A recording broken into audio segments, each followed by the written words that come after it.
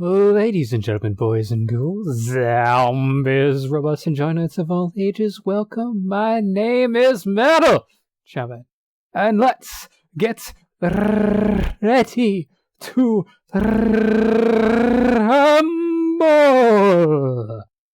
And watching that red go up in that bar for audio is just absolutely fantastic. But let's get to today's topic.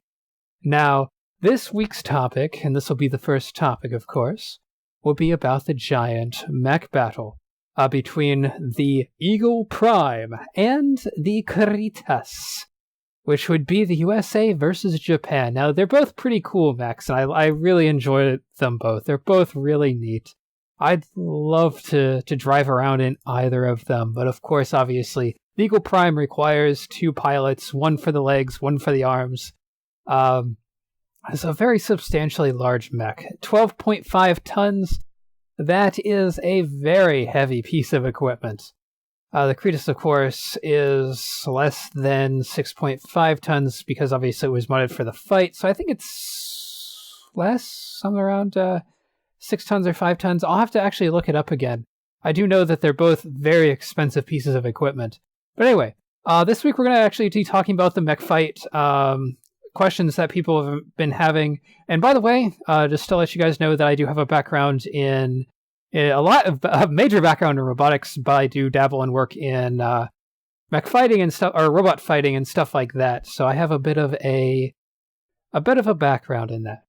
But I really want to answer some of the really important questions, some of the things that people have been saying about this kind of stuff, and hopefully be very entertaining. Now, of course, this is going to be a bit of a pilot episode. I'm experimenting with this just as I am with just about anything else on my channel. So, by all means, let me know how I'm doing down in the comments below. Let me know if I'm doing good or if I'm doing bad, or hey, the audio is off, or hey, you need to come up with better topics, or hey, I like these topics, keep going for them. So anyway, the biggest question a lot of people had was, hey, this looks scripted. Is this scripted? Hey, why can't we have it as an unscripted fight?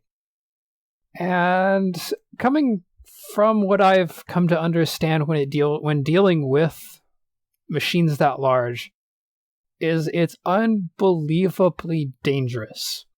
We can imagine things like cars crashing into each other and people getting hurt.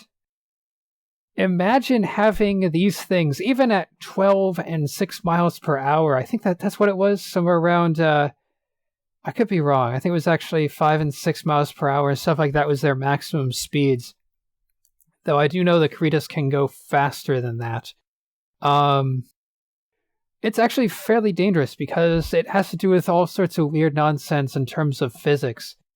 But those pilots, if they go too fast, and if they hit the wrong places, and if they smack each other because they decided to go with a melee fight, they're getting all up in there and be like, 3, 2, 1, box! Thinking they're Rocky Balboa.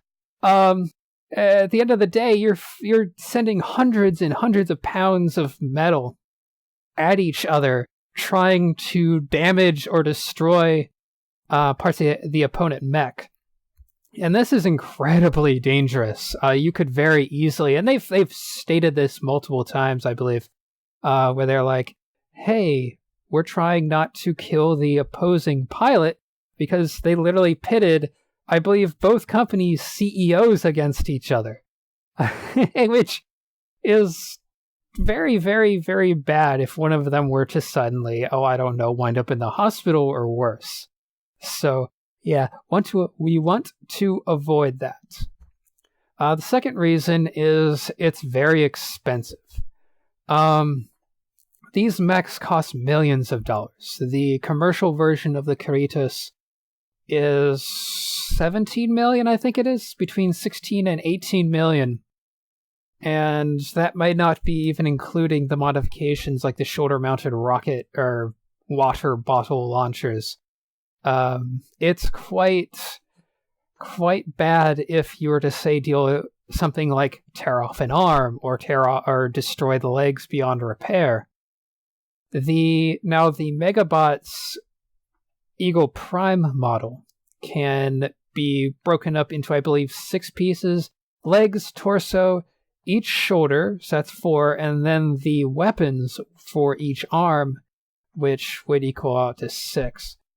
Those are the 6 major sections they can be broken up into, so as far as I understand, the robot is actually built so that it can be repaired. The Kuritas, on the other hand, as the developer said, that mech was specifically designed for more of an kind of an art piece, if I remember correctly. The other situation, also for the danger of everything, if you might have noticed, there's like 50 billion cameras all in that cockpit for the Eagle Prime. And that's so they can always tell where they are at any given point. It's not like a car where you can kind of more easily tell where everything is when you're driving around and everything. This thing is so humongous that it's very, as far as I've come to understand, is very difficult. It's one of those things I'd love to jump into the mech and be like, okay, yeah, I can verify this. But I'm sure somebody over at Megabots will be like, yeah, that's exactly how it is. In fact, in one of the latest episode spoilers, where they try to learn how to use the knife, the knife part that was, I think, modified for the Eagle Prime. They're like, yeah, we couldn't tell where this arm was at all. They're flailing it around like a crazed lunatic, and they had no idea like where it was most of the time. So they're like being super cautious. So they really wanted to avoid accidentally hurting the ground people or damaging the actual building and hitting into pylons, etc., winding up with, the building just toppling down on top of them. Of course, there's also general heat management. The mechs, according to the pilots, it gets very, very, very, very, very, very hot, and I can understand that.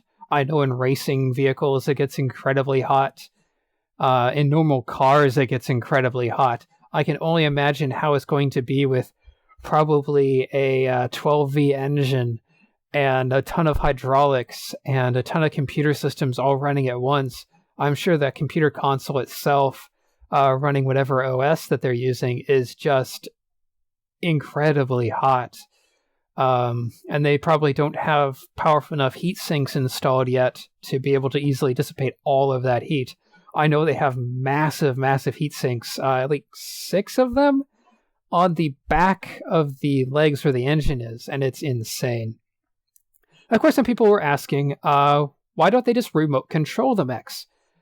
And I think the answer for that is kind of terrifyingly simple, and just kind of boringly simple, I should say. And it's because the Kiritas probably doesn't have this feature. I noticed the Kuritas itself has a tremendous number of features. You can actually move the arms independently with internal joystick bits.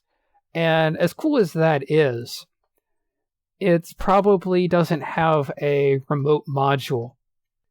And that's pretty much, that's going to be the answer to that. I hate to say that, but that's probably the big answer, was they really couldn't do that. And they didn't want to accidentally overdo it or overshoot it with a Kuritas getting, possibly accidentally hit because they couldn't see something that they can't see in the remote control. The second reason with remote control is if you if you try to throw a bunch of channels together with visual stuff, it can be very difficult. Anybody who plays with the Mech Warfare, if you ever played Mech Warfare, where you have the real remote-controlled mechs, you can't really throw a billion of them out at once, because if you're not super careful, you have cameras that can not suddenly work right, and overlapping Wi-Fi, and it becomes kind of annoying. You get saturated Wi-Fi. And that's really the big problem. They've got a billion cameras on that thing, so I think that's probably one of the reasons. It's just a big safety situation. Of course, in this upcoming fight that Megabots is doing between its own 2 robots, they're going to both be remote controlled, so I think they figured out a situation with that. But yeah, on top of that, then of course there's the weapons, why they go with melee instead of ranged. And in part that's due to the laws in Japan. Japan has very strict laws on ranged anything that could possibly hurt anybody. Even to get something very mundane used for just hunting is not easy at all. But anyway, that'll be pretty much all for this episode. If you liked it, give it a like. If you want to give me a comment, let me know what you think. What do you think of this episode? Do you like it? Do you dislike it? If you don't like it, press the dislike button. Tell me what you thought. If you like it, press the like button. But this is where I pass the conversation your way. What did you think about the mech fight? Did you watch it? Did you not watch it? I personally got ahead and watched it, and yeah, I feel it was slightly underwhelming. They had all sorts of weird stuff that was going on there, but I understand. But what was your take on it? Did you think that things like the drones and all that were silly? Next time, I'm going to be talking about how the fights might actually work, possibly how to probably build a battle mech for an arena or a competition fight, and some of the other things, possibly the rules, some of the behind the scenes and some of the rules. Anyway, I want to remind you guys to go ahead and also stay tuned to the mech channel. If you go watch the Megabots, they are going to be doing fights. They're going to be showing off a bunch of stuff, and it's actually really cool. I liked the one where they were like poking and prodding a car with the knife. That was kind of funny. But anyway, again, thank you guys so much for watching. Comment down below. Definitely want to hear your thoughts. And as always, what do you think they are? Rocky Boom Boom.